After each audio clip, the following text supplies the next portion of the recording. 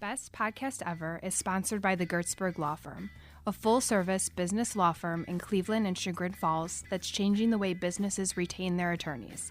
Go to gertzberglaw.com to learn more. While you're there, check out Cover My Six, a complete legal audit of the 6 areas that most often create or prevent business lawsuits and government investigations. Go to covermysix.com to learn how we keep you safe. Enjoy the show. Ladies and gentlemen, you're about to listen to the best podcast ever recorded. You have to be aware of your mistakes that you made, and people need to know about them too. You can't be perfect. You can't have this glistening resume, and you got to be honest and transparent with potential investors, potential partners, potential employees. I feel like it's important that people know where you've made your mistakes, and they understand how you learn from them and how you won't be in that position again. Hey folks, Alex Gertzberg here. Thanks for joining in for another exciting episode of Best Podcast Ever. Hey, listen, Oleg Kislyansky is coming up here. You're going to love this interview. He is a serial entrepreneur. He is a good friend and a distant relative of mine. I've known him forever. He is a sort of partner in crime when it comes to self-improvement and self-awareness and learning and reading. We share a lot of book ideas. We share a lot of just personal optimization strategies. And we share a lot of them here in this interview, which I think you'll enjoy a lot. Oleg is, he wears a lot of hats with North Coast Auto Mall and with a number of other car dealerships. We have a pretty wide-ranging conversation here. We talk about crazy ways to say hello, epiphanies of a new dad. He and I both recently became fathers, me again for the 4th time, him for the first time. We talk about generally punching above your weight class, and just a lot of other great topics. So enjoy it.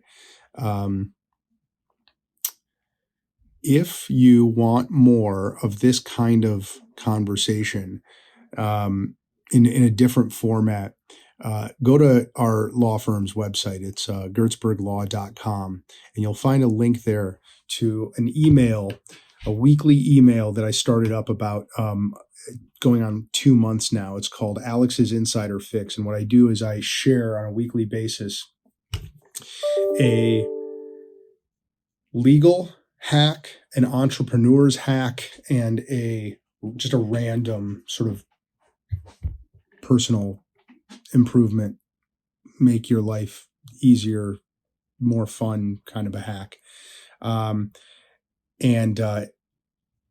I've gotten a lot of really great feedback about it. Subscribe to that. It's at gertzberglaw.com.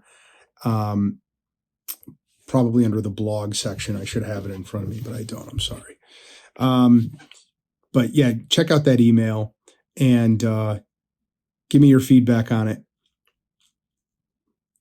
I have taken a time out of all media and social media lately, and it has been liberating.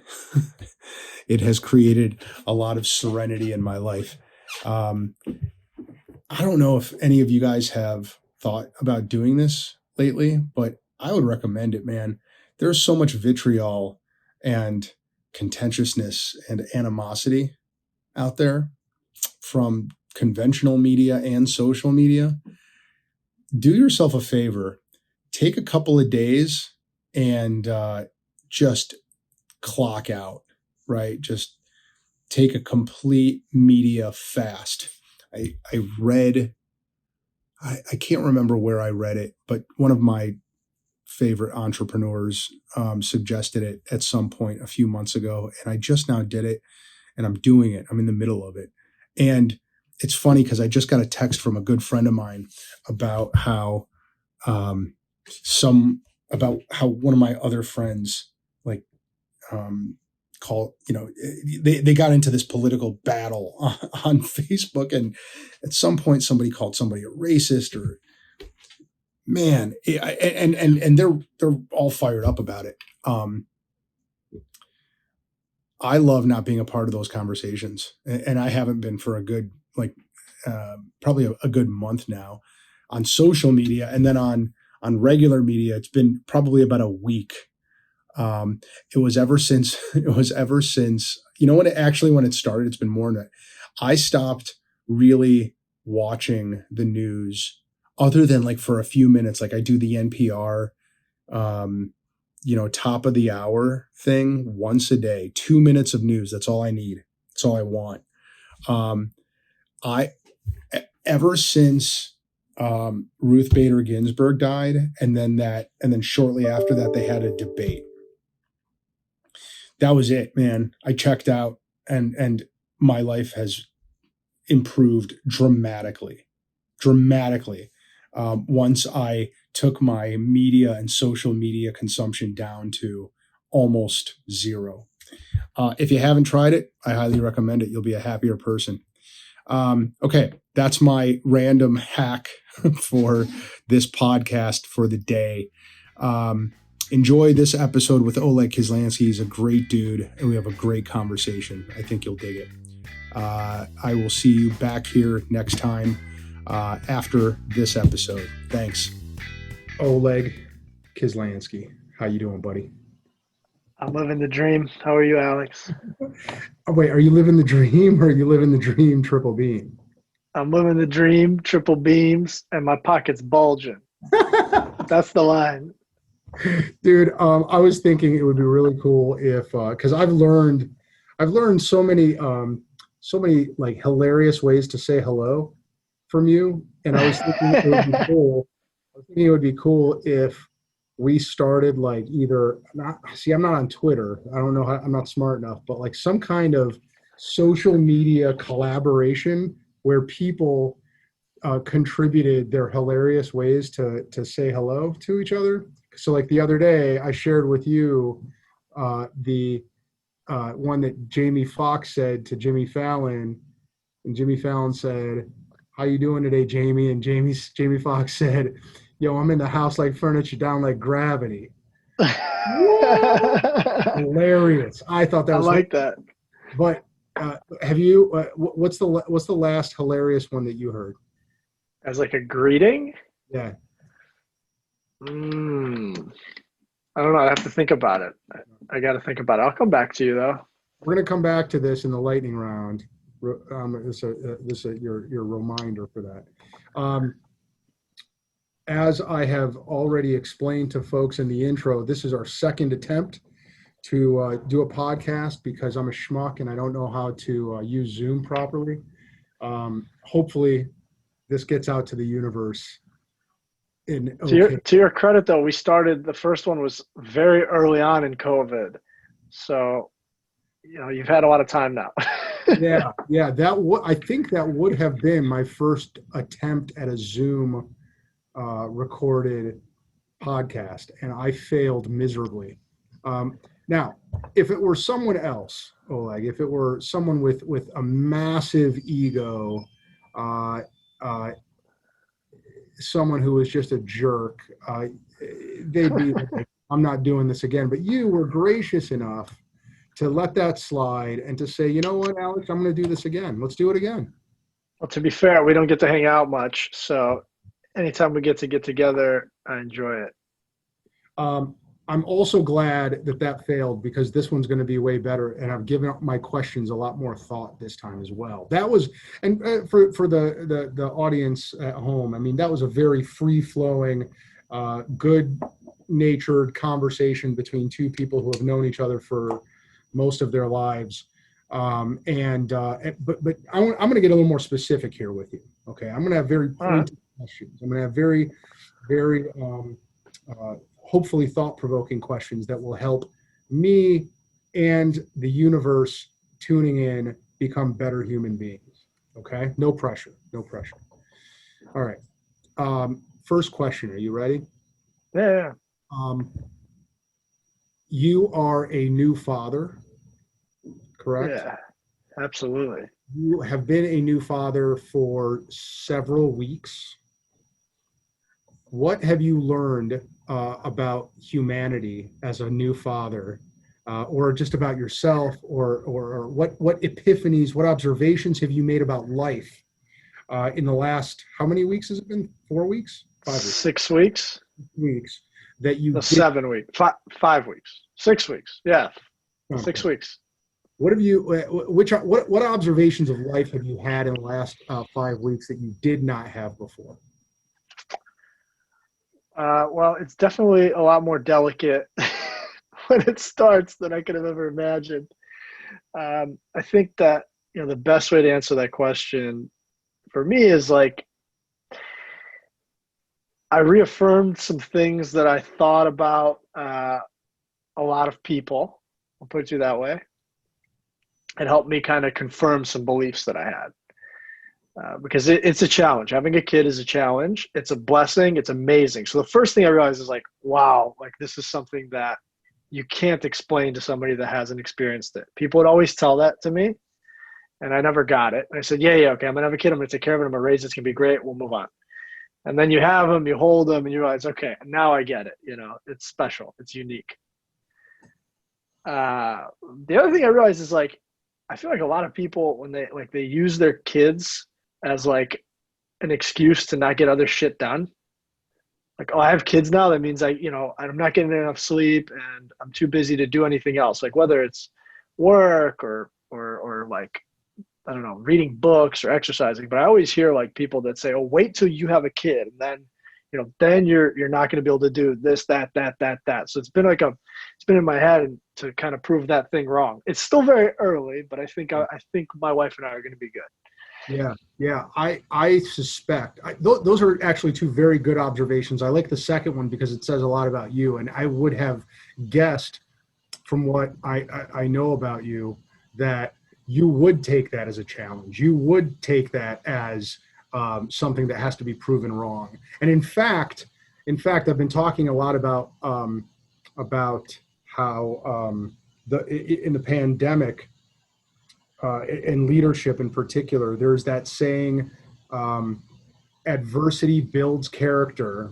But in reality, what we've learned from the pandemic is that adversity reveals character.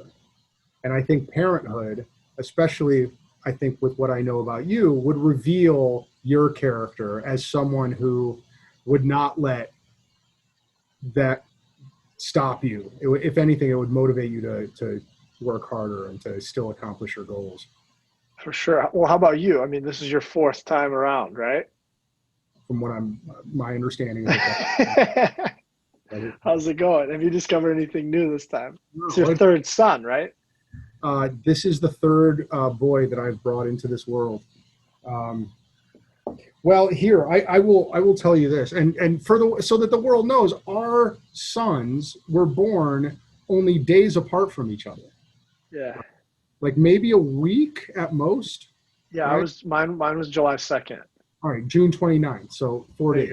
Yeah, perfect. So one observation that I've had is that everything is new for me, even though it is my 4th time around, and there is ample opportunity. And I think this is for me anyway, I'm going to use this as a good metaphor for life in general, that no matter how many times you've done something and how routine you think something is, there is ample opportunity to find brand new joy and novelty and uniqueness and curiosity in everything. And gosh, no better example of that than holding your child in your hand and marveling at, just every expression and how fast they grow in just a couple days. And, it's really super interesting. I mean, kind of unbelievable, the whole thing, from like the moment you meet your son. I mean, that's the most, or your daughter, the most unbelievable thing you can imagine experiencing. Just that whole, like, I don't know. By the way, it happened when it happened. It was exactly what I expected it to be. And the way I expected it to be was like a live viewing of the movie Alien. Or not Alien, I guess it would have been, was it Prometheus? I don't know. I haven't seen One of the Alien movies, though. Alien is pretty accurate, though, I'd say. But it was good. It was good. Did your wife? Actually, I've got a bunch of questions about like epidurals and how long it took, but I think we bore our audience, and I don't know how your wife those questions being answered publicly, so I'll ask you them later. But for sure, let me ask you this. So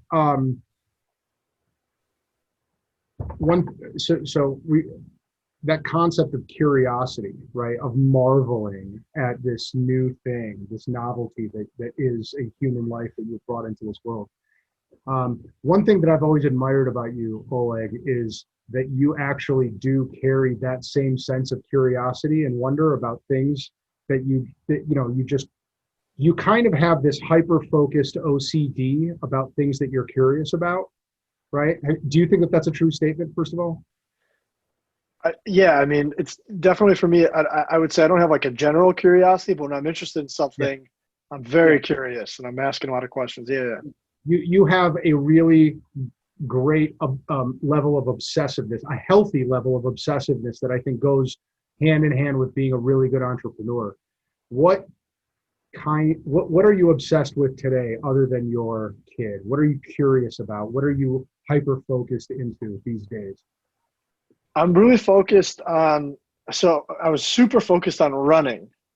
I ran from the start of COVID, well, like in the middle of February up until about 2 weeks ago, I ran about 900 miles.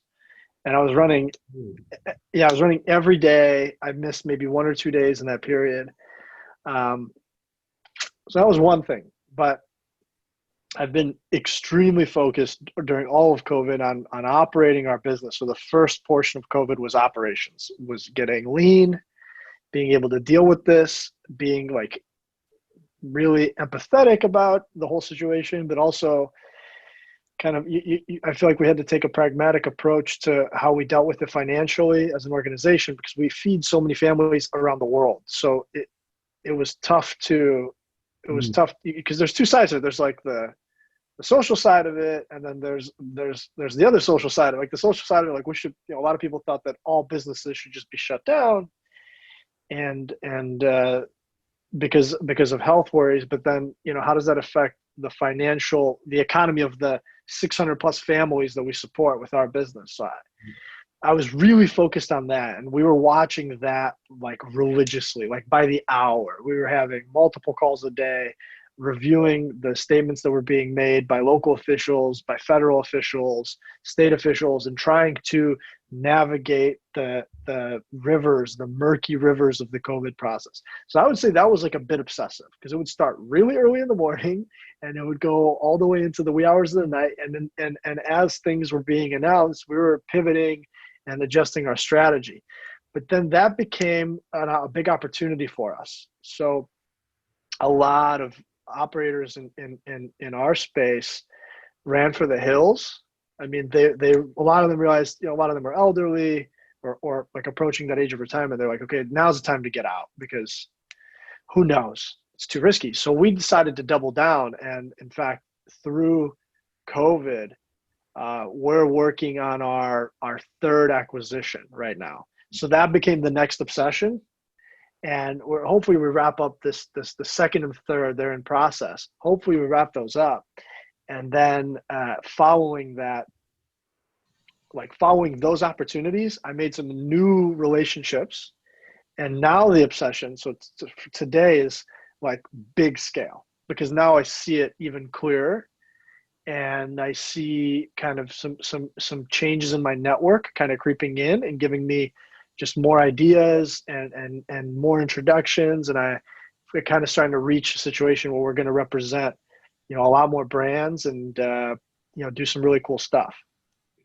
You, not just you, but before now in my intro, people will have heard how much I have learned from North Coast Auto and the leadership there, and how everyone really should. And I want to talk about some of the lessons that every entrepreneur can glean from the North Coast Auto experience and your experience there. But one aspect of your family, your business family, that is, right? But I actually, this is probably true of your family as well. You guys don't think twice about punching above your weight class, right? You guys, you do not feel like a stranger in any arena. You guys are bold. You walk into an acquisition situation or a potential partnership as feeling like an equal, okay? Or at least that's the perception that I get as you know, like I've had the privilege of being there since the beginning with you guys, right? So my first question is, do you think that that's an accurate description of you? And my second question, well, so let's start there. Do you sense at all that there is this perception that you guys are constantly punching up, that you guys are constantly, like, you know, taking extra steps when you climb that staircase, you know, you skip over a few? I feel like in the automotive retail industry, you know, there's several ways to move upward. And the way that we moved upward, you know, like you start as a used car dealer, then you have to get legitimate as a used car dealer, because there's a persona even within the industry of just being a used car dealer. Then you have to get accepted into like this class of new car dealers. That's a whole, like, so there's just these like challenges along the way, these little hills you have to climb. Once you become a new car dealer, you can't just become a new car dealer of any brand. You have to kind of work your way in through the brands that will accept you, or the brands that, you know, you can find a pathway in. And then once you know, if you want to kind of grow your new car dealership business, there's other challenges, because, you know, then you have to negotiate different terms with different lenders, different brands. I think, yeah, I don't know if we punch above our weight class, but like, I would say even with, because I mean, I think what we do is we keep moving up in the rankings, if you will. If you want to do like a pound for pound boxing comparison, you know, but for sure. I mean, we're aggressive, we're bullish, and we're very confident, pretty careful. You know, we're conservative. I wouldn't, like, outsiders are not going to look at us and say, hey, these guys are conservative, but we look at 100 deals before we do one. You know, so we sift through, and when we make a decision, it's been carefully considered. We've weighed the pros and the cons pretty thoroughly. We've fought, we've argued, we've laughed, we've cried, and then we said, okay, we're doing this. And so far, you know, a good track record. Hopefully, we'll continue to improve. I think the moves that we're making this year, definitely, once the dust settles, everything's done. We're pretty much right where we need to be kind of like working towards that scale. So I think up until now, maybe we have been punching above the weight class and kind of shooting for something that wasn't like easy to do. Now I think we're going to get real scalability, and now we're kind of up there playing with some top guns in all of our markets that we're a part of. Yeah, and one way I think to measure, I mean, from a purely intellectual standpoint, you are absolutely not punching above your weight class. You guys have the most brilliant minds in the industry working in your C-suite. So there's no, more specifically, you guys are doing deals with either, you know, purchases or joint ventures, or with guys that have been in this industry 2-3 times as long as you guys. You guys, yeah, in some ways are relative newcomers, but have climbed that ladder so fast. I mean, I remember when you were one store on Brook Park Drive with 50 cars on it, you know, yeah, and the next thing you knew, a few years later, you're like the third largest eBay Motors dealer, and you've got like 8 rooftops in multiple states, and you've got like a portfolio. I mean, you climbed and expanded very aggressively. My next question relating to that is, do you ever feel as an entrepreneur like you're punching above the weight class? Like Do you ever get, I ask this question of a lot of entrepreneurs because this is one of those self-serving questions. I constantly have imposter syndrome, right? And my clients do, and we hear it and it makes us want to bust through it, right? Do you ever feel like you're punching above your weight class? Do you ever feel like? Yeah. Yeah. I'll give you an example. I'll give you when we first, we decided to get into the new car industry about 4 years ago. And our first attempts, we couldn't pay more than the asking price for the business to buy it. That was a legit thing. We were like, hey, we're in, we want to buy your business. We'll pay you what you're asking. And they would say, no, you're not, it's not going to work for you. You're not going to get approved by a manufacturer. You're not going to be able to borrow this money that you want to borrow. So at those times, I don't think it felt like we were punching above our weight class for us, but people certainly felt that we were below their weight class and we were not worthy of, or not, maybe not worthy is the wrong word. We just weren't ready yet. We weren't, and those people might've been right at those times, but we found ways to make it work. And you mentioned, a good point, the networking element. So the partnerships that we formed over the years, we got really creative in how we got into the industry. We made great partnerships with great people over the years, just from our internal partnership set that started the company, and then other partnership sets that we created over the years helped us getting into the new car space. So I think, personally, do I ever feel that way? I honestly, no, I haven't really. I think if I felt that way, I didn't realize it, but it just was maybe too big of a deal for me, or it was way out of my industry. I think in the car industry and selling cars, whether they're new or used, and things are surrounding that, I don't there's not a challenge in the growth trajectory of that scares me, that worries me. Yeah. Because we've been all over the board with so many different experiences. And you mentioned, the C-suite, but really it's the whole team. We have a strong team that took a long time to develop, that there's a lot of good cohesive mutual respect in our company. And I'm so confident in the people in our group to help us keep doing our thing. Let's drill down on that. I obviously, just as counsel to you guys over the years, primarily have only dealt with that C-suite, right? Yeah. Occasionally, right, there you interact with someone in service or a sales guy, but generally it's just the C-level executives. So this is another two-part question because I'm incapable of asking a one-part question. The dynamic among you guys is so it's almost it's palpable how cohesive you guys are, right?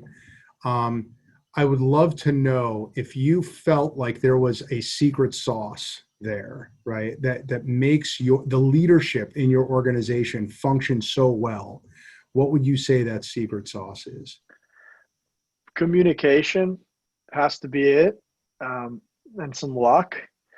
Everybody I know that's been successful in anything where multiple people had to work together, 90% of the time in a partnership setting or in a group setting, there's been fallouts. And it's usually tied to miscommunication. All of our customer service issues that we've ever had as a company were tied to miscommunication with the customer or with a vendor or something. So I think the secret sauce for any good working relationship, a personal relationship, is communication. But we forget about that, right? So, we talk, there's, the three of us that are kind of executive level at the company, we talk hours every day. It's not okay, we're going to get on the phone once a week. We talk every day for hours.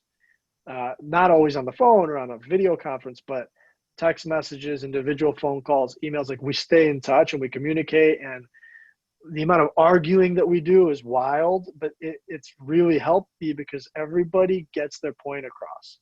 And I think 3 people is a really solid number of people. I think 2 people isn't enough and 4 people is too many for that type of environment. So I think we're really lucky that, the core decision makers and operators of our company are aligned, and there's 3 of us together. And then there's a lot of people that are kind of like in the next level, if you will, that help us with operations, that we have a similar understanding. We have like common goals. We have a common vision of the future of the company, and all those things are super important. But they're all tied back to communication. Just communication.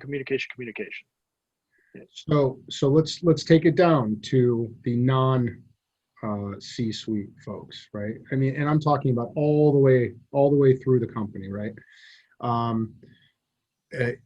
Same question, right? Now you say communication, and if that's your answer, I want to drill down a little bit further into that, right? Sure. But how many employees you guys currently have? So on payroll, we dropped a good bit from COVID, but probably around 400 on payroll, and then we have a lot of like subcontractors overseas. So kind of like the unofficial numbers is around 400 plus whoever we have overseas. All right. I mean, that's insane to me. But it has I mean, that number has grown, right? And it's been very symbiotic, right? You've grown because of that number, and that number has grown because of your vision, right? So what's the secret sauce there to getting good quality employees that buy into your vision, that that fire on all cylinders, that help you execute so well, I guess. And I'm sure that it's not all perfect all the time, but what do you think that the concept or theme that runs through your hiring, your retention, that makes them work so well? Yeah, so I think it's the ability to connect with every employee as you move up and down the org chart. So if I'm going to hire somebody to work in my team, I'm going to expect that person, and I'm going to set a precedent. I'm going to say, look, this is what I expect from you because this is what we're trying to accomplish. Mm-hmm. So I want to make sure that they understand where I'm going, and I have to make sure that I'm going to be able to deliver on what I promised them. And if I can't, I have to be held accountable for that, and I have to explain why, and I have to provide alternative paths to whatever I promised. And I think that like communicating those things ahead of time when we hire somebody, letting them know like who we are, what we do, why we do it, and explaining that, the company's in a growth mode, and it has been since day one. And we're never kind of in this passive content mode. Do you want to be a part of that environment? If you do, tell me why. Like, let's understand why to make sure we're on the same page, and then let's go after it. Like, let's get it done together. And again, that goes. So the company, like, it has had a career trajectory in itself. Like you said, it starts with 50 cars in 2001 or 2. Today, we stock and sell north of 1,500 cars a month, and like that number continues to grow. In order to do that, the company had to progress. It had to update its company resume. The Dun & Bradstreet credit check had to improve over the years. So we tell people that story all the time when we're hiring them, to let them know, like, you need this same mindset. So, okay, kind of the entry-level positions of valet at the company, right? You're parking cars, you're driving cars around town, you're helping other people in the company get the inventory that they need.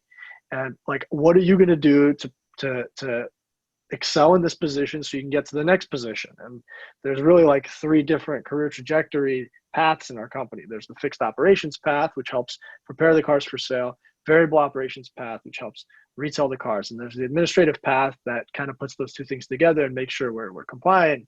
We're doing our accounting, all the money's coming in.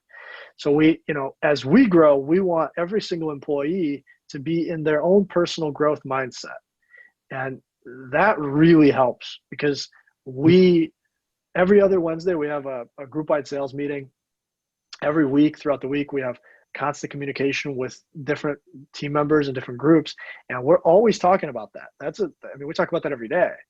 And on top of that, we are always pitching like good decision-making in your personal private lives as well. Right. So, we say the same things over and over again. There's a real consistency in our messaging. And I think that helps us get to where we've been kind of envisioning going, because we're obsessed with it, and the messaging doesn't change much. Your sales meetings are legendary. Thank you. Have you been to one now? No, there was one right after we had that last dinner that I was the next one I was going to go to, and then I had to leave town, and then when I came back from town, the pandemic hit, and we were Right. quarantined. I will be at. Gosh, who knows when they're going to be in person, right? Maybe I don't know. Here's what I want to know, right? Well, I want you to talk about the format of your sales meetings and why they work. Okay, so all right. So the format. Usually it's myself and LJ. Lately, we've been introducing one of our other director level teammates, Nate, into the fold, and we started off very consistently with attendance. And by the way, this is a every other week company-wide sales meeting, right? It's all variable ops employees. So salespeople, finance managers, sales managers, general managers, a lot of people from corporate that help facilitate. Like our controller, she never misses a sales meeting. Our recruiter, she never misses a sales meeting. Anybody that's interested in learning more about the company and participating is welcome to come. People join left and right, you know. So how many total people approximately? On average, probably lately it's been 150, 160 people. So I had a case, we worked on a case together, just to give everybody an idea of scale here, early on, and I was there when you were having them at your Bedford location and everybody was cramped into that one lobby room, right? And now when you have them at like OTC, is that right? You like rent out the hall? Yeah, at the Tri-C Technical College, and I think it's in it's like Warrensville Heights or Beechwood, yeah. Okay, so you've got 150 people at these things. Yeah. And, okay, and so keep going. So walk me through, if I'm there, what am I experiencing? So the first, I mean, we used to do roll call. So we do roll call for over 100 people at one point, and then crazy inefficient. That's like 20 minutes itself. But that was the thing, you know, we wanted everybody to, you know, be held accountable for being there.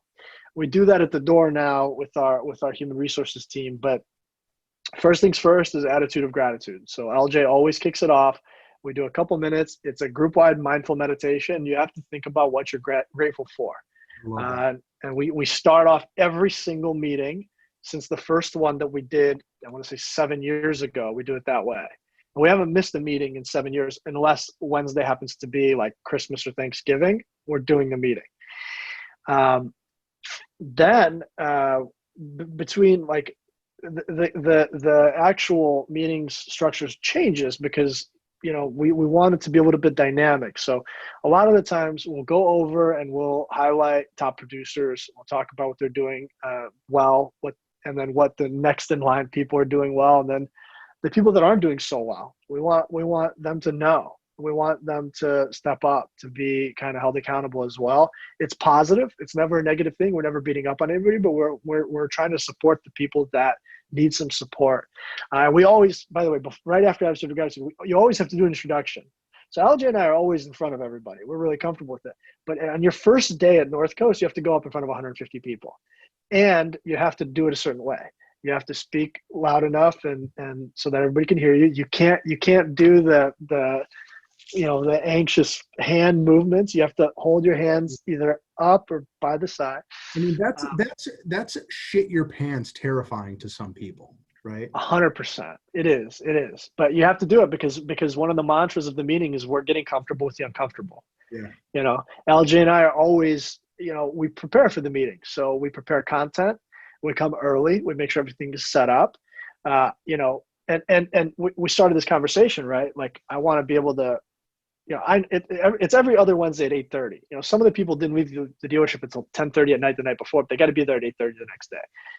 It kind of sucks, but like that's such an important part of our business, to get together and to be together as a group and kind of talk about current events to each other. So we hold everybody accountable to that. But like, you know, we don't stop working till 10 o'clock at night the night before either. And we wake up every morning, both LJ and I, before the meetings, full workout, breakfast done right before you go to the meeting. So we like to debunk that myth that like it's too early. You know. So attitude of gratitude, introductions, how can we do better? What else? Yeah, like top performers, chasers, and people that need help.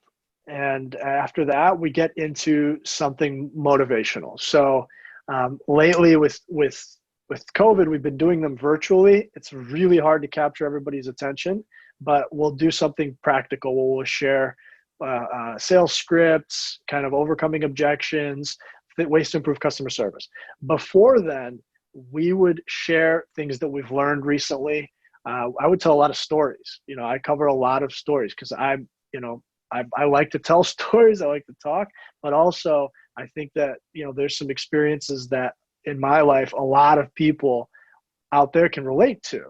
And, at times it can be frustrating to be pushed by your leader, but then when you understand that your leader's coming from the same place that you were at one point, you're able to relate more, and sometimes we go crazy, sometimes we go off the rails a little bit, but those are the best meetings. And then how do you conclude?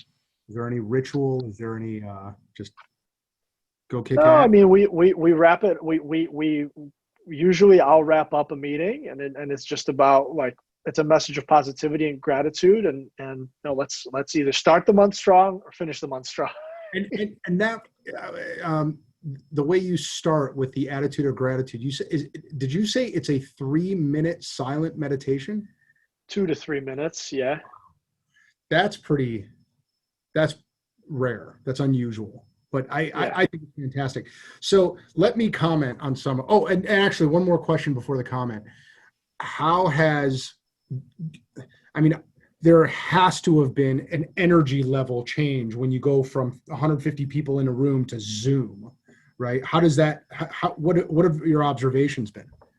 So it's different. I think that we've changed the way we communicate because, I'll be in this room that I'm sitting in now for half of the meetings, and the teams are in the dealerships. So we've got a broadcast showing us the team sitting together. There's like a camera, a big TV. They can see us and we can see them at every dealership, except for the dealerships that can't accommodate that space because of social distancing. But most of the stores can. But getting everybody engaged, because watching somebody on a screen, it's not the same as being there in person. There a lot of energy can go into it when you're in person. I can run up and down the hall. I can, pick somebody out. I can call somebody out. And when we're recording it, it's just a little bit different. So we've been tailoring it more to very specific individual sales experience situations that our customers have faced and our employees have faced to help people kind of think critically about their sales process and the kind of service they're providing to our client base. So let me chime in here because certainly one of the missions of this podcast is to help entrepreneurs, business owners, founders, CEOs, whatever, business leaders grow from the experience of others. And I will tell you that if you are a business owner and you do not have regular all hands meetings with everyone that follow an intuitive, effective agenda, then you're missing out on such a powerful leadership tool. So ours, we've only got, I think we've got 15 people here now. And ours always start with wins, right?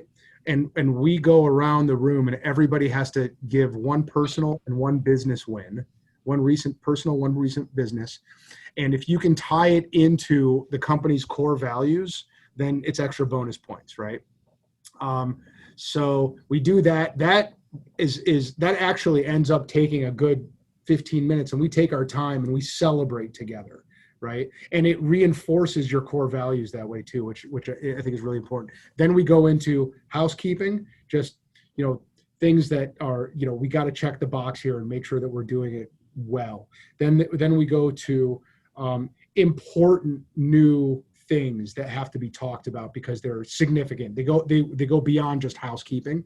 And then I turn it over to my COO. We call it Callum's Corner. He goes through processes and checklists and operations issues. And then we end with open discussion. Anyone can talk about anything at all. Free, gripes, compliments, anything at all, that's an opportunity. Now, we do this every single week. So it is your one opportunity to say anything you want without any reprisal, repercussion, just speak your mind. It's amazing what comes out during that segment.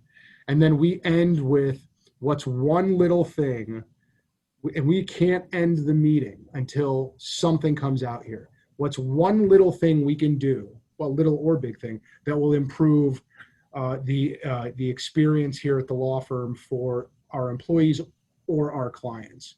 The idea there being, if you do this every week, you've got 52 changes in a year that will incrementally improve the firm. And we follow that script religiously every single week over lunch from 12 to 1:30. If you're listening to this podcast and you don't do something like that, just some, positive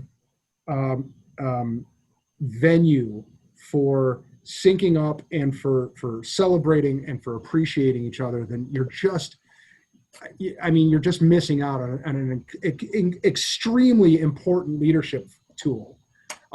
So anyway, that was definitely one thing that I wanted to hear from you again, because it's helping me. And I know that this discussion is going to help our listeners. I love that format that you guys have. I mean, I think that it's so important to keep a format, and definitely, like, these meetings, they have to have segments, and the segments have to be concise, and you can't just have an open-ended, like, hey, here we are, let's see Danishes and talk shit. You can't do that. Yeah. No, I will be at one of your upcoming ones. I to be honest with you, a part of me wanted to wait until they're all in person again, but geez, who knows when that's going to be?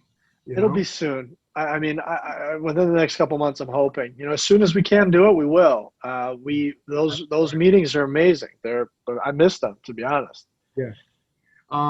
So I love talking with business owners about what's working great. I also love hearing about their failures. I love learning from them. And the bigger the failure, the better the lesson, right? The more emotional, the more catastrophic, the more existential.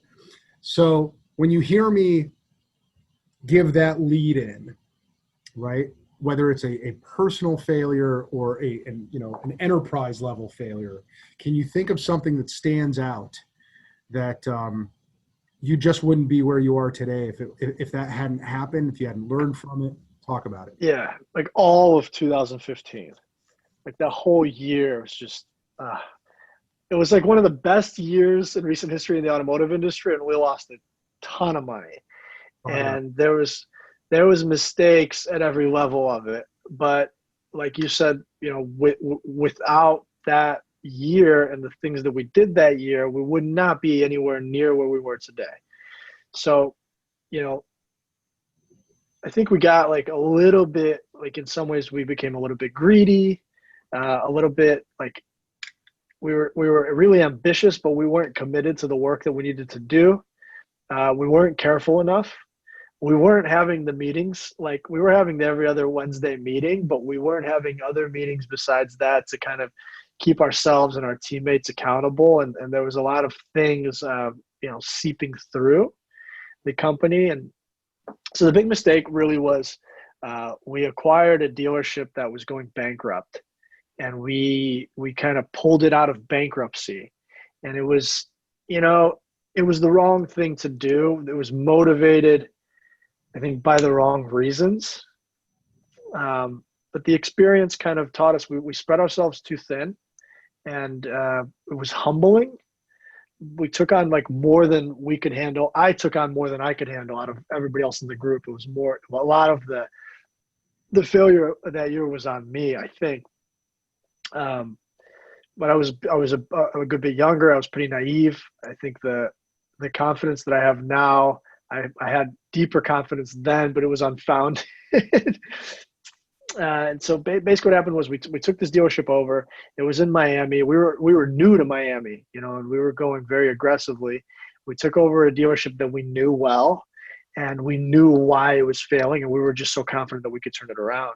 And in the process of doing that, we were ramping up our Ohio operations. So at the time we had 3 dealerships in Ohio, 1 in South Florida. We were adding the second one in South Florida.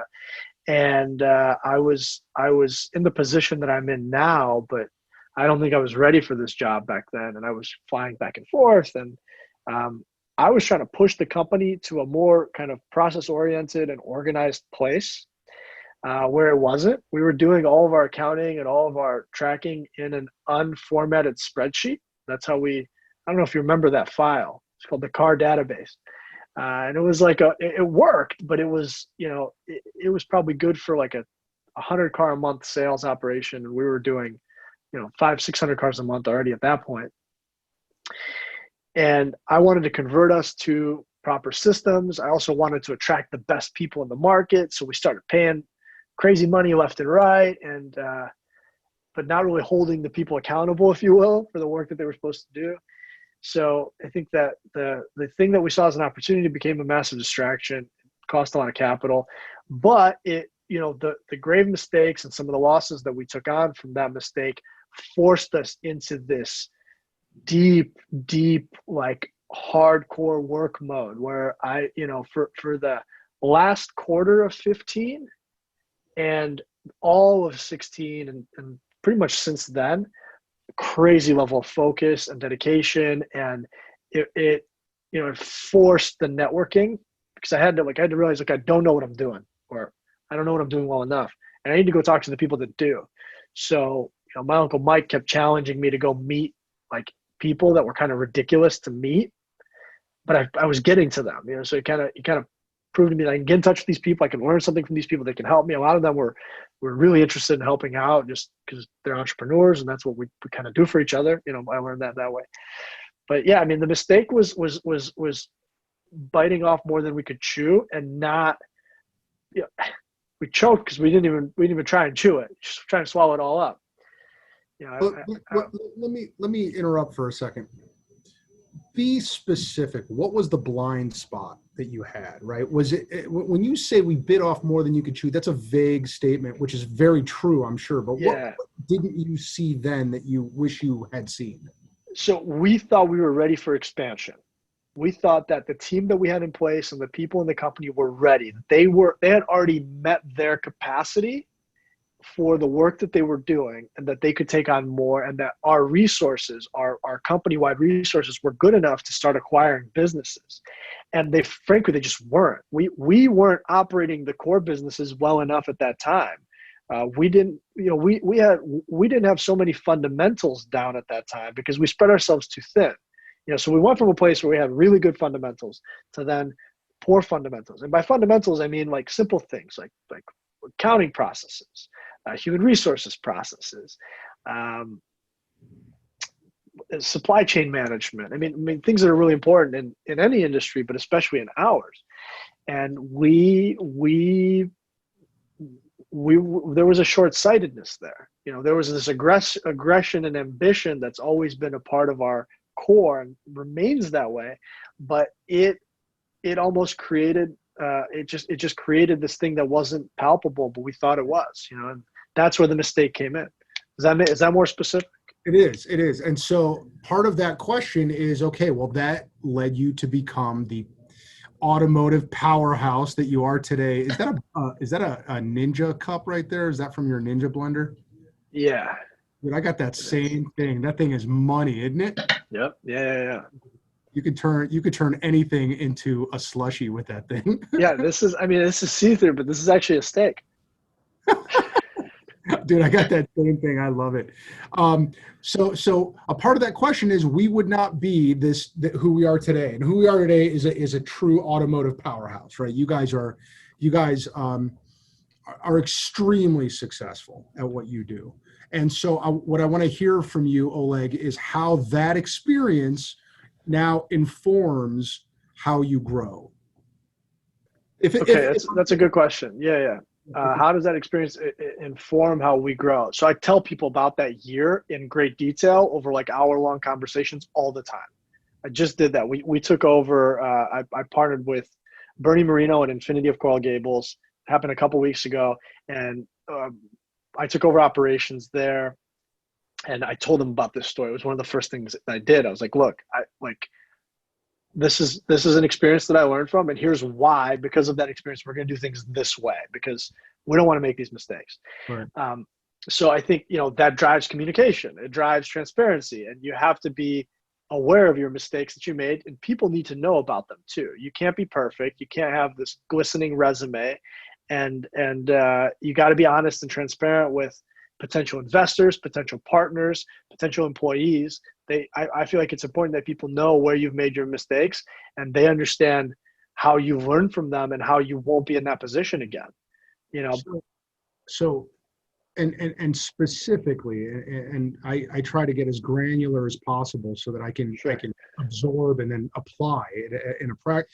So the specific application of that when you're talking to Bernie or you're talking to anybody else is, before we make a move, what we didn't do then, but what we do now is we make sure that we've got the capacity and the systems and the infrastructure well in place. And now your confidence level in those things has to be justified and measurable, as opposed to just, I got this. Is that a fair statement? For sure. And I should preface this. I mean, the product of that failure in 2015 was the creation in the end of 15. To be fair, all of 15, we were creating the systems. So you could look at those losses as investment too, because in the process of losing the money and some of those failures, we were switching to a proper accounting department, proper accounting systems. We were hiring human resources managers. We were changing our policies with hiring. We were instituting more thorough and well-reviewed codes of conduct and employee handbooks. So those things were all happening in 15. And just 15 was a stain on our financial resume. At the end of the day, we broke even, if you will. We didn't necessarily lose money as a group, but we faced, we almost had we did shut down that store that we acquired, right? That was part of the result. But we created those systems, and now, you visit our headquarters in Independence and you can see how those systems work. It's a real living, breathing organism. How was morale that year at among the leadership in your company? Among the leadership, once we realized the mess we were in, there was some tension, some finger pointing. There were some tough board meetings, because I got called out. None of us took pay for a long time. And so it was a little bit tense, but we banded together and we came up with real solutions. I mean, we worked really well. That 16, we worked really, really well together, and we fixed it. We turned it around really quickly. Really quickly. I'm going to shift gears a little bit here. You've seen Moneyball, right? Yeah. So people throw around the concept of, Moneyball for law firms, Moneyball for dealers, right? Moneyball for marketing. But I think of you when I watch that movie, because you are so data driven today, right?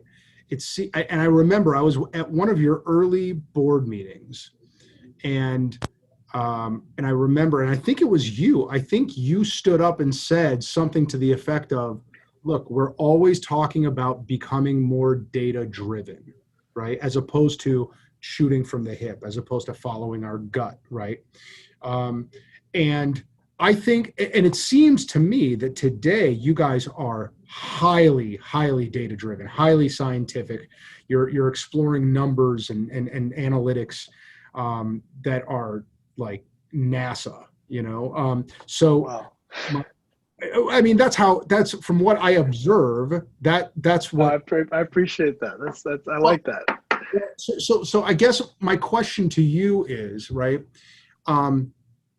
how does that evolution happen? A lot of us business owners, me included, right, hated accounting. We're intimidated by spreadsheets. A lot of, I've probably I take back what I said earlier. I've overcome a lot of my imposter syndrome over the years, but one place where I still feel very insecure is with converting massive amounts of data into actionable recommendations, right? Action items. So talk for a minute about the evolution of being a non-data driven organization into the highly data driven organization that you are today. I think that, again, going back to the mistake, 15, all of it was focused on shifting to that data approach. And how do you do that shift? Well, you need somebody that knows how to use Excel. Let's start there. You need a person that knows Excel. Is that person you? No, it was our controller. She taught me how to use Excel. So Okay. then I learned it. But really, like, one of the best, most simple functions in Excel is a pivot table. I tell everybody about this. If you're going to become a manager and you're going to work in my team, you need to watch a YouTube video about how to create a pivot table, because our conversations are going to be a lot shorter if you do that. And you're going to save yourself hours of time if you can create a pivot table and move things around in a pivot table. So seriously, if you don't know how to use a pivot table in Excel, learn. It's mind blowing how amazing it is. This is going to be a major takeaway right here. This is going to be this is where a lot of our listeners are going to go from incremental to exponential data analysis right here. Pivot tables are amazing. Yeah. I use pivot tables to explain shit to my wife. No, I'm just kidding. I probably have them. So the transition is, we sell things, right? Like both of us, you sell things. You sell hours of time and knowledge. We sell cars. We sell automotive services. We provide financing to people. There's numbers. There's always a number tied to something that we do, right? I mean, if you think about like coding, it started as a very simple binary thing. It still is a binary thing. There's like an X and an O, and enough combinations of X's and O's gives you, it can tell a story, right? That's how they created this technology that we're using now, by learning how to speak in this code. So the numbers that we produce in our operations provide information and data in this code, and it's almost like a language of your organization. So you need to learn that code, and you need to understand what it's saying to you as an operator, as an entrepreneur. Because if you're not analyzing this data, this information, you're not getting red flags and indicators, okay? And where I would start, even before learning how to do pivot tables, is understand what are the key performance indicators from a numeric perspective. And I guess that you could even come up with qualitative things that you can track. Figure out what you need to track daily, weekly, bi-weekly, monthly, quarterly, annually. Like what are those things? And most of the time, your KPIs, you're going to want to track them all across all those periods. And so I think at the point where we realized we needed to shift, we only had like one KPI. How many cars did we sell? That was the only thing we were worried about. But with our business, there's so many other indicators to success or failure that we needed to learn, and we needed to start to analyze. And shifting to a data-driven mindset across all departments, right? Human resources operates on data. Service operates on data. Accounting clearly operates on data. But every single part of our company, marketing, everything is data-driven. Every single thing. So I actually think one of the most important things that you just said, there's a lot there, but one of the most important things is that you had somebody, your controller, explain to you how to do a pivot table. And most of us have never asked. Most of us don't have a coach. Most of us don't have somebody to explain this shit to them.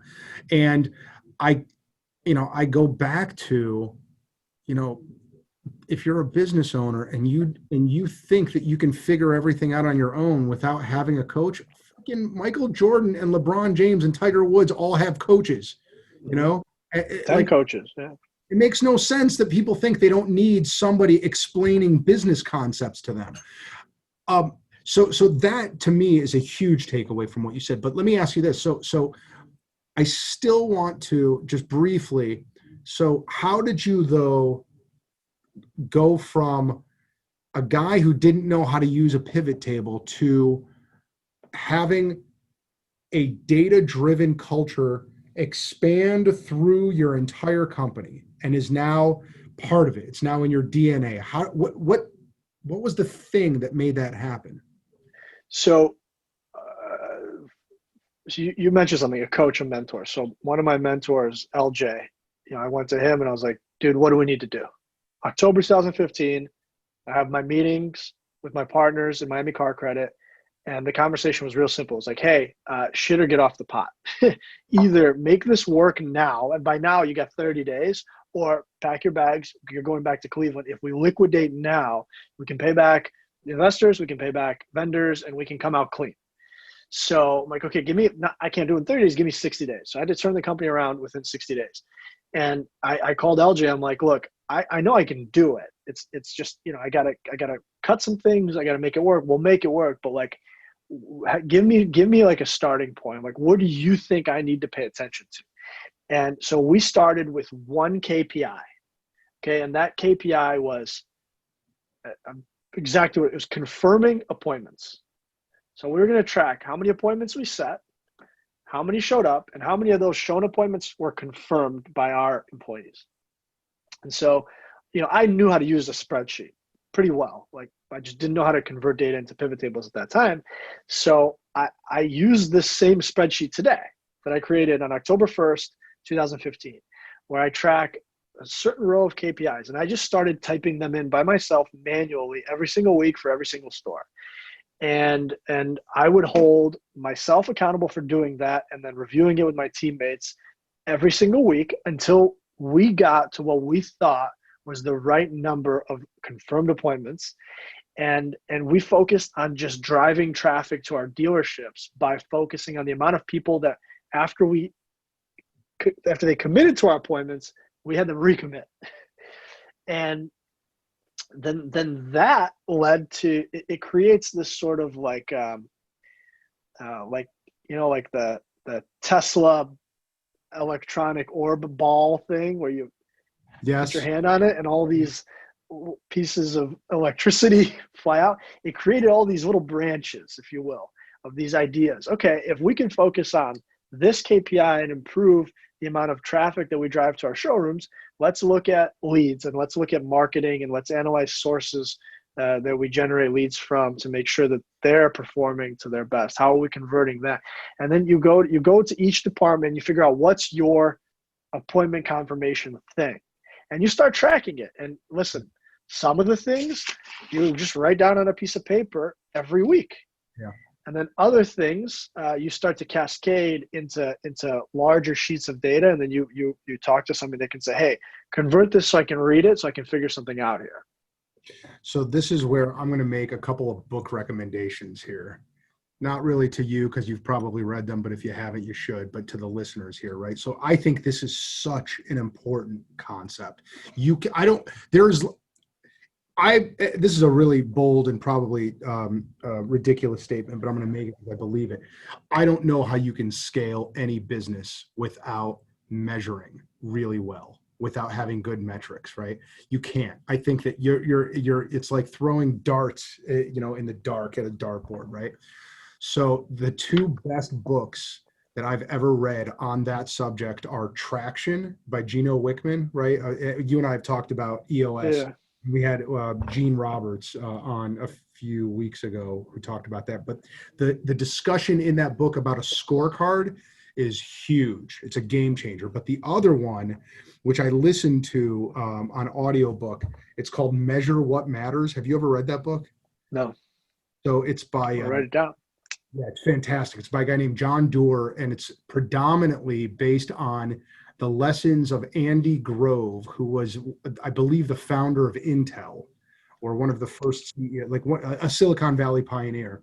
And it is so, and you would think it would be really hard to it's so intuitive and easy to follow, but it makes it hard not to think about your business in terms of KPRs, in terms of numbers. Like once you read that book, there's you're on a one-way ticket to to real growth, to scaling at that point. Okay. This is where. Let me add one thing though. Yeah. I think you got to figure out what your KPIs are, and then you got to find somebody in the industry that can tell you what they should be in terms of like actual numbers. So you got to go out to your network and say, okay, whatever it is, how many widgets should I be selling based on this? Like, what's the common denominator, right? For most of us, it's units sold or whatever revenue generated, and you got to figure out what industry standards are, and then you got to set your goal to be above average in the industry, and then you track those things consistently and hold yourself accountable to meeting those things. Dude, we should sell tickets to this podcast. This is like an MBA, man. This is fantastic. So we're going to take a very short break. I'm going to run to the bathroom, and I'm going to come back, and we are going to do our lightning round. Everyone knows someone that's been sued. No one knows someone that's been sued who had a really good time getting sued. Here's the dirty little secret about business lawsuits. Almost all of them are totally preventable. You just had to be a little proactive on the front end. I've spent almost 2 decades representing businesses and business owners, employees, executives, inside and outside the courtroom. One thing I've found is that everyone hates lawsuits. Everyone, that is, except the lawyers. The lawyers make money whether we win or lose in most cases. Clients, however, don't like lawsuits, nor should they. They're time-consuming, they're painful, everything is in a public record. Over the course of my career, we've developed this system for helping clients avoid lawsuits in the first place. We call it Cover My 6. Cover My 6 is a legal review by litigators and trial lawyers of the 6 areas most likely to get a company sued: relationships with employees, customers, vendors, partners, its insurance, and its IT. Those 6 areas we selected because they are the ones that if you get those wrong, you're in a lot of trouble. If you get those right, you can save yourself a lot of headaches. We go in as litigation counsel and we audit our clients in those 6 areas. And when we do, we make them safer, we help them avoid lawsuits, and afterwards, we help them stay on track. We work with our clients to convince their insurance companies to give them rate reductions because we make them a better risk for their insurance companies. There is some standard pricing on our website that gives our clients some idea of what this costs. But whatever it costs, I can guarantee you it's going to be a fraction of the cost of the lawsuits and the investigations that Cover My 6 helps them avoid. Cover My 6 is totally different from anything else that's out there in terms of risk management. It is a completely different way to do business with lawyers. It allows you to focus on your business, and that makes it the best investment you can make. Go to covermy6.com to learn more about what we do. Call 440-571-7777 or email us at ag@covermy6.com. Lightning round, here we go. What is the non-religious book whose words you apply the most in your life on a day-to-day basis? I mean, can I say 2? Sure. So overall, probably like the 4-Hour Work Week, Right on. or the 4-Hour Body, honestly. And then another one as of recent and really in line with what we've been talking about is The Goal. I've been hearing about, you know what, a lot of people have been talking about that book, and it's been around for a while. Yeah, it's from the 70s or 80s. Book is amazing. It's a fiction, like it's a novel, but it's about like the Japanese, I think Toyota's manufacturing model. It's amazing. Really cool book. I'm reading that. Yeah, I mean, honestly, it's so weird. You're the 5th person to mention that. I mean, people like podcasts I've listened to and people I've talked to. Yeah, I got to check that out. That book covers everything we just talked about in one book, and in a really like easy, palatable way. Who recommended the 4-Hour Work Week to you? You did.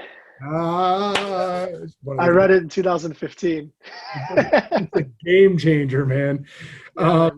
I've got another one. I've got another recommendation for you, though. I'm reading it right now. Have you read any of Robert Greene's books? No. He wrote a book his first book was called The 48 Laws of Power. But don't read that. I mean, read that one eventually. The one I'm reading now, apparently, like, I didn't know this, but that was his first book, and he became world famous because of it. And my mentor in my first law firm that I worked at said, you want to know how people take advantage of you and how to play the game with the best, read this book. I read it. It was amazing. Made me a better litigator and just a better entrepreneur. But that was 20 years ago. And the other day I'm fishing around and I find out this dude has written like a book every 3 or 4 years. And his most recent one, which you have to read, is called The Laws of Human Nature. Okay. I've been chipping, and every one of his books is like 600 pages long, and I chip away at them like 20 pages a day. Man, I cannot put this book down. It is so Really dense with human psychology and just like it's one of those books, Oleg, where since I started reading it about a week ago, my interactions with people have changed. I love that.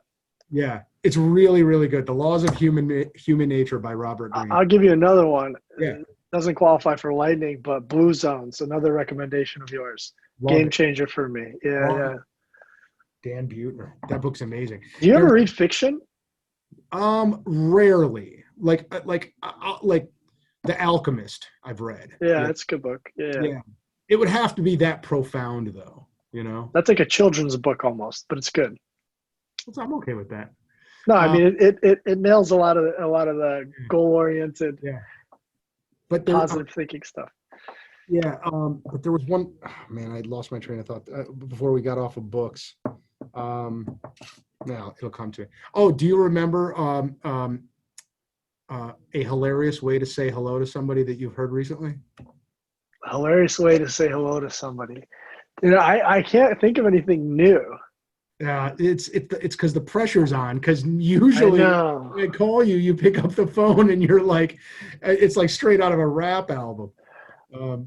Oh man, you froze up. Are you still? Can you hear me? You still there?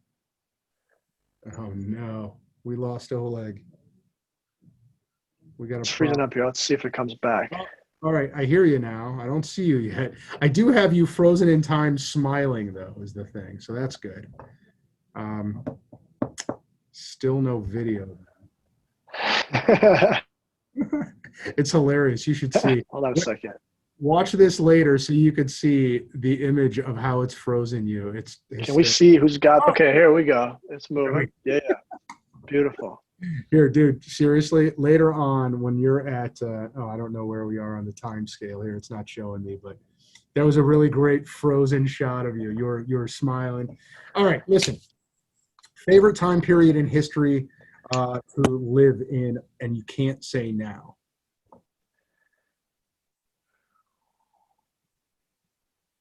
I think I'd have to say like the 60s. All right. I feel like I could get down with some of the psychedelics they were doing back then and really open up my mind. I've been thinking about, you know what, we better have this conversation offline. I was about to get into a micro dosing conversation. We'll come back to that. If you were a professional MMA fighter, what's the song that's playing as you're walking into the ring? Yeah, so I mean, I don't know exactly which song, but most likely, I mean, it's definitely Celine Dion. Let's get that. It's 100% Celine Dion, but is it My Heart Will Go On? I don't know. I mean, it's a hit. It's got to be a Celine Dion hit. It's got to be. I mean, that's it. There's no other option. That's the most ridiculous thing I've ever heard. Is she the one that sang that song? That wasn't like a Whitney Houston or anything? I don't know. Whatever. I can check it on Spotify right now, my friend. But no, it's what's the All By Myself. That would be it. Celine Dion, All By Myself. That's the perfect song for coming out to fight. Is that because you're trying to get into their head? All by myself. Because you're by yourself, man. You're locked in a cage. It's just you. It's your emotions. I mean, like for me, it would be like Metallica. It would be like maybe some Tool. But you're saying you need to capture the hearts and minds and souls of the audience, and the only way to do that is with Celine Dion. Why? Metallica's great, but Celine Dion, timeless. I really can't tell if you're fucking around right now. I would come out to Celine Dion all by myself. That's the track. I'll tell you why. I was in New York about a year and a half ago, and we were at a karaoke bar, and I chose that song, and I got so into it. When I turned around and I looked at everybody behind, they were weeping at the beauty of the song. So I think that you got to come out to that song. That is the most ridiculous. Also, to be fair, I watched tons of MMA fights, and nobody ever comes out to good songs. Like, they don't come out to like worldwide hits. Celine Dion's worth over $1 billion. I don't know if you know that. This is fascinating. Celine Dion's a billionaire. Look it up. She's still performing in Vegas. Is anyone showing up? Dude, she's worth over $1 billion. I mean, she's the greatest thing that French Canada's ever produced besides maple syrup. But Vegas is like shut down though. But for now. Your point is taken. You were not fucking around. You really would come out to Celine Dion, and I believe you now. What is the habit or routine that you do today on a regular basis that has given you the most mileage? Putting in miles, exercise, running, cycling, whatever, kettlebell swinging. But I do some sort of physical activity every single day. It keeps me sane, keeps me focused. And were you just prior to that, because you were a big like those crazy Iron Man and Tough Mudder and shit, are you just prior to the quarantines, were you still doing that kind of shit? Yeah. I mean, I ran, I run, I cycle several times a week. I swim when I can. I lift weights. I do it all. I never stop. I never have like a week off. I got to do it. Can I tell you something, dude? Like about 2 weeks ago, I got to make a doctor's appointment for this. I was thinking about doing an Ironman or something like that. Even, because I think what they're going to probably do is you do them, but not all at once with everybody like bumping into each other and shit. But I think they're going to start bringing them back. And then like a couple weeks ago, I started having like random pains in my joints. In my wrist in particular, both wrists, my shoulder, and then yesterday, randomly, my left like ankle, and I is it possible that you can be 45 years old and start getting like mad arthritis? I maybe, but like, what are you exercising and that's causing the pain? I mean, I no more and no less than usual. I try to get in 20 to 30 minutes daily of something. So I think that as time goes on, you have to spend more and more time prepping, like winding up and I think you're back now. You were saying as you get older, you got to spend more and more time prepping and stretching. Is that what I just heard you say? Yeah, I think you got to warm up. You got to work up a sweat before you start working up a sweat. So you got to do like low intensity stretching, foam rolling, like especially the areas that irritate you. You got to focus on those areas before you work out and after. It's called prehab. Yeah, prehab, because if you prepare ahead of time, you're not going to have to ever go to rehab. Yeah, that's going to require a lot more patience from me, and I am notoriously impatient about everything. But point well taken, Dr. Kislyansky. I'm the same way as you are, but after so many injuries, if you want to do it, like years into your life, you got to warm up. Oleg, if you could ask one question of anyone who ever lived, who would it be, and what would you ask them?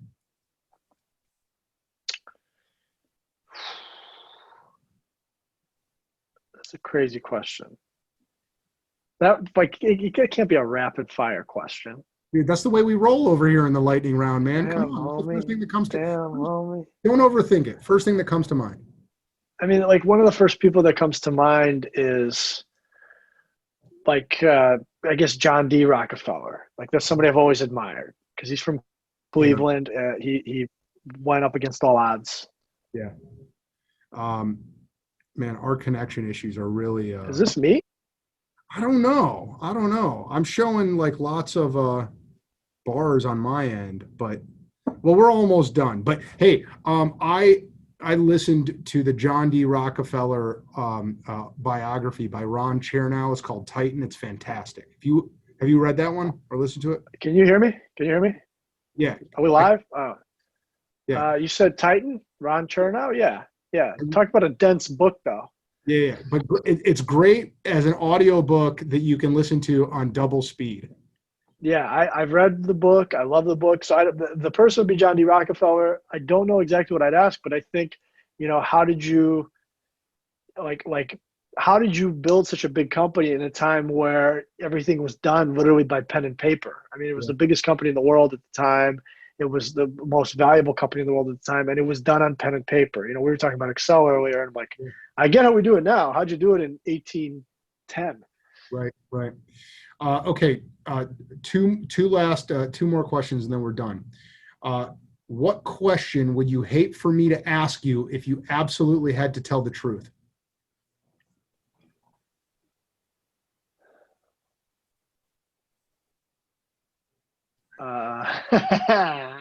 I'm not going to ask you it, though, but I'm not going to ask you it. I'm wondering what the answer is. What question would I hate to be? I mean, I don't lie, right? So it doesn't scare me, to tell you the truth. What do I not want to talk about? Yeah. I guess I don't even know, man. I don't know. I can't answer it, man. I don't know. That's all right. It's your second pass for the day. You're not allowed to pass on this last one. Well, what was my first pass? Hilarious ways to say hello. But you said recent. I could give you a bunch of hilarious ways to say hello. All right. But they're all going to be rap references. Well, of course. What it do? What the business is. Which one's your favorite? I don't want to say it every time, man. What it do? No. I say what it do a lot, but the one I say all the time is my favorite, and that's I'm living the dream, triple beans, and my pockets bulging. And it hits everything, I'm still I'm an old school. I still like what's crack-a-lackin'. You know what I mean? I think I don't care. Sup. Yeah. Did you ever watch Bad Lieutenant with Nick Cage? Ages ago. He says, sup. Wow. I'm going to send you the clip where that's how he says hi to everybody. Yeah. Drug dealers, and he says, sup. I'm going to watch that movie now. That was hysterical. All right, last question, but this one you do have to answer. Okay. What's an embarrassing thing about yourself that only a few people know, and for extra bonus points, that no one else knows? Man, if we could do this before the internet craps out on us again, that'll be amazing. What's an embarrassing thing about me that only a few people know? My deep love for my 11-pound Cavalier King Charles Spaniel. Unbelievable. Is that your dog? That's my little dog. His name's Luca. I named him after Luca Brasi. Oh yeah. The hitman from One. If you ever watch The Sopranos, they don't ever say The Godfather. They say 1 or 2. They never mention 3. I was actually just referencing it to Tiffany the other day because we went and got cannoli and in Little Italy, and I was like, now we had just left one of the restaurants where we had fish, and I said, leave the fish, take the cannoli. But actually, to be fair, everybody knows I love my dog. I think the most embarrassing thing, it's not that embarrassing, but like I've seen The Office, every episode, maybe 100 times. All right. It's always on. My wife, it's like visual Xanax for her. So it's always on, and we've seen it over and over again. It's like mindless self-indulgence. This is so really, yeah. It would really be like some weird shows that I watch. I watch some weird shit. Well, here I gotta bring this to a close because I got a thing. But in our next exciting episode, we're gonna delve into the crazy shit that you watch on TV. All right, man. This was awesome. Thank you. I'm glad we did. I'm really glad that first episode got fucked up. This was way better. Way better. I agree. I appreciate you. I appreciate what you always do. Mazel tov on the newborn, and thank you for having me on the show. And keep doing what you do, Alex. You too, buddy. Oleg, be well. I'll see you. All right. Thank you. I'll be in Cleveland soon. I'm going to hit you up. Hit me up. I will. Take care, man. Bye. Bye. We hope you enjoyed this episode, and we thank you for listening. And remember to check out the Gertzberg Law Firm. Whether you are starting, running, growing, or transitioning a business, or if you need to create or update your wills, trust, or estate plan, our team will give you an incredible level of personalized attention and a passionate commitment to meet your objectives. We are veteran-owned, and our award-winning lawyers have the highest ranking from Super Lawyers and Avo. We have also recently received the coveted Weatherhead 100 Upstarts Award for a second year in a row, and we are among the first Ohio business law firms to offer our clients a non-billable alternative on every single matter we handle for them, and opt out of the billable hour. What we are most proud of, though, are the many things our clients rely on us for. We successfully defend them in court, but we also help them avoid the courtroom with our Cover My Six service. We protect their assets through good estate and succession planning, and we assist our clients in many non-legal business services like recruiting and business development. We want our clients to feel confident in their choices and to help them resolve any issues or potential problems quickly and efficiently so they can get back to what they love, running their businesses. More than just litigators, we are trusted advisors, problem solvers, and growers of businesses. Let us help you and your company. Call us or find us online to learn more. Thanks again for listening. We'll see you next time.